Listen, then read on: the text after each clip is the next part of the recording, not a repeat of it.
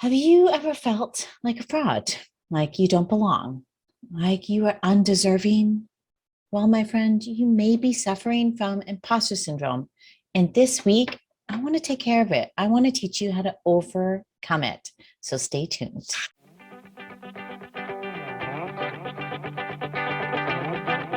Okay, so tell me, does any of this sound like you? Like you're afraid of being caught out? That no matter what you accomplish, you just never feel good enough? That you're constantly feeling on the brink of failure? You're never fully relaxed enough to just be yourself.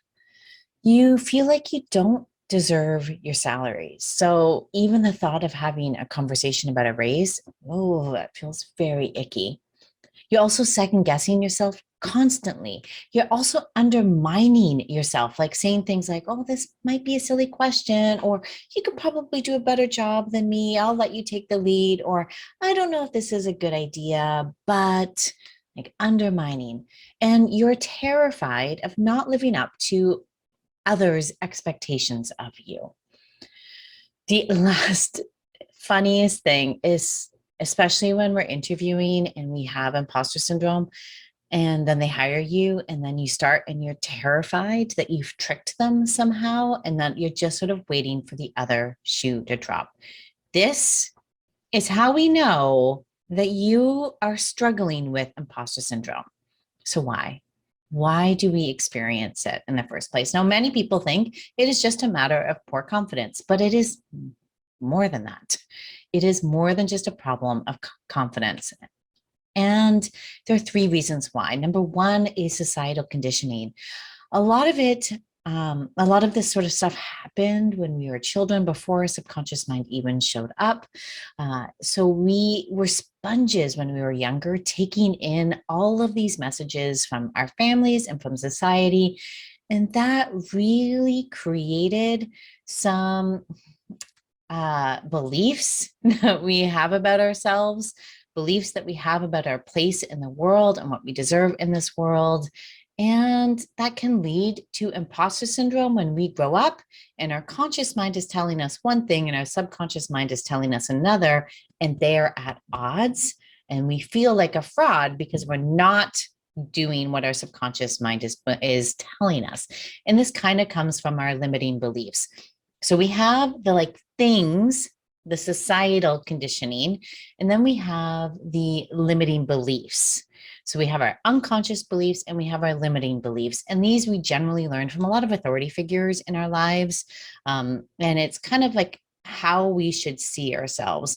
A lot of times as children, our parents would have placed us in a role of what we should be doing and saying and wanting and expecting. And these limiting beliefs that we have about ourselves often hold us back. And again, when we're sort of thrust into a position or in a place that is at odds with that limiting belief, we feel like we don't belong. We feel like we are undeserving. We feel like we are an imposter. So that is definitely one massive reason why you're experiencing it. But there's also another innocuous, very innocent reason why you may be experiencing imposter syndrome.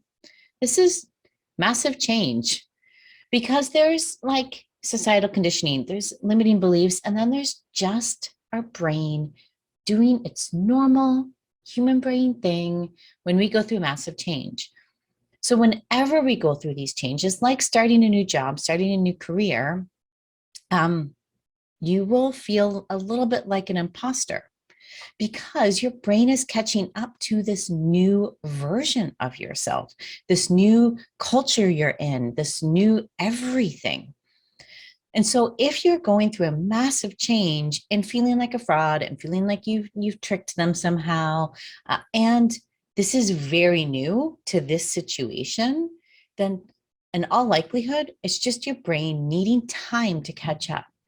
So this is when imposter syndrome isn't necessarily a problem, but it becomes a problem when we think it's a problem and we think that it means something negative about this new job or this new career change or about ourselves because we're feeling it. Okay, so let's talk about what we can even do about it. What can we do about this imposter syndrome and how can we overcome it? Well, there's three things that I want to teach you that will help immensely.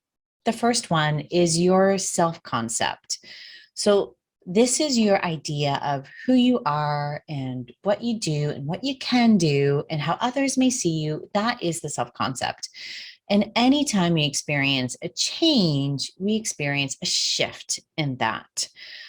So I treat or think of it kind of like homeostasis, like what we learned in, I can't, biology, maybe grade 9 science, maybe. But it's when we have a change in our state and like our internal state, and our body works to either create that as our new homeostasis or works to get us back to the previous homeostasis. So we're working towards or we're moving backwards. And it's just sort of that natural adjustment. And so those are when we naturally step in and start to grow that self-concept. That's that normal thing that I was talking about with massive change. When we don't think it's a problem and we give ourselves that grace and space to adjust and to grow, that's letting that natural homeostasis do its thing. But there are other times when it's like a shock to the system. We really experience it. So we have to shift our self-concept to that new part, that new person that we are becoming. And that's when it becomes a little bit more difficult. So I want you to think about your future self who has fully stepped in to this new role. So like when you think of this, the most ideal person in this role, what do they look like? What do they do? And then how can you start emulating that? That's how we shift our self-concept to becoming that next thing. The second thing I want you to look at is your belonging. So belonging is you comparing yourself to the people around you and deciding whether you fit in or you don't. Now, if you're experiencing imposter syndrome, in all likelihood, you are deciding that you do not belong. Now, the thing is we do think belonging or not is a fact. So if you feel like you don't belong right now, you think this is a fact, like an undisputed fact. It's just what it is. Now, the problem is when we don't think that we belong, we generally think we are lacking in some way, and that's just it. The other thing we think about belonging is that we think it's also up to the people around us, that they get to decide whether or not we belong. So we then use that I don't belong here to help find evidence that you in fact don't belong here. And honestly, we can find, honestly, you know in the world we live in, you can find evidence for anything.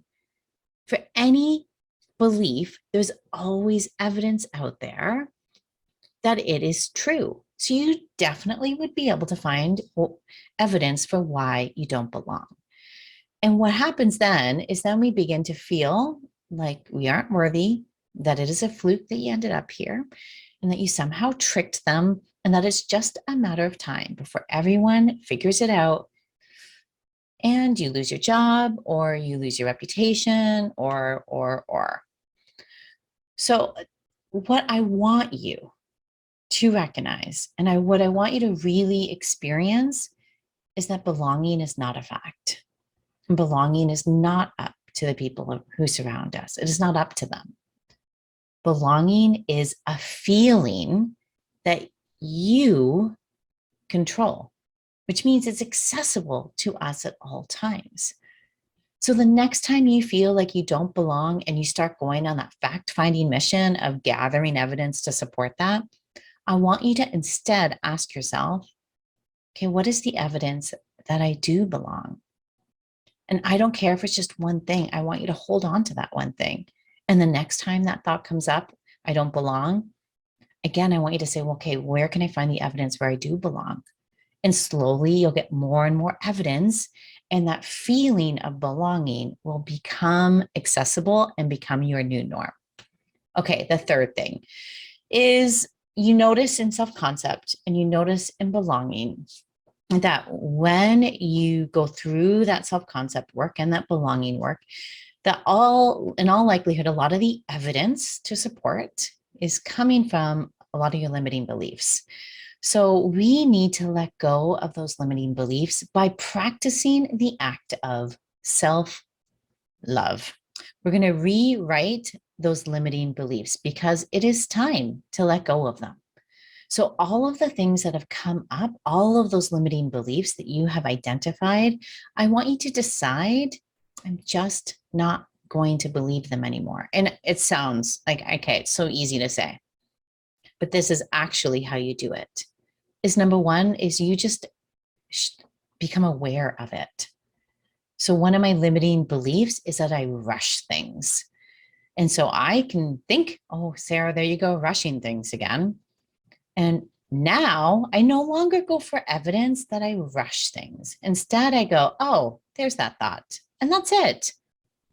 I don't even try and rewrite it.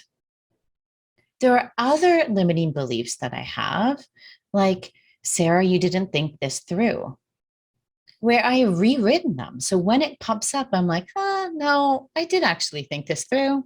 And then I leave it at that. So you can just recognize that the thought is there, it's come up, and do nothing with it. Or you can try and rewrite it with just a simple, but did I? Like a little simple but. We don't have to completely have this like amazing affirmation that usually doesn't land well. It is as simple as acknowledging and ignoring and a simple but statement. Okay. So to recap, I want you to practice the art of adjusting your self concept to becoming this person you are now. I want you to choose to belong, and I want you to rewrite those limiting beliefs. That is how you overcome imposter syndrome. Now, we do have an in depth training in the Career Love Academy on this very topic, where I walk through multiple exercises in each self concept, belonging, and the self love, the letting go of limiting beliefs. So, if imposter syndrome really is a problem for you, then I highly encourage that you join us in the Career Love Academy. You watch the training, you go through the exercises, and then you come to our weekly coaching calls, because we do weekly coaching calls with me so that I can coach you specifically on the challenges that you're facing with it. The link to join us is below. I'll see you next week for another career and job search lesson. Until then, have a great day.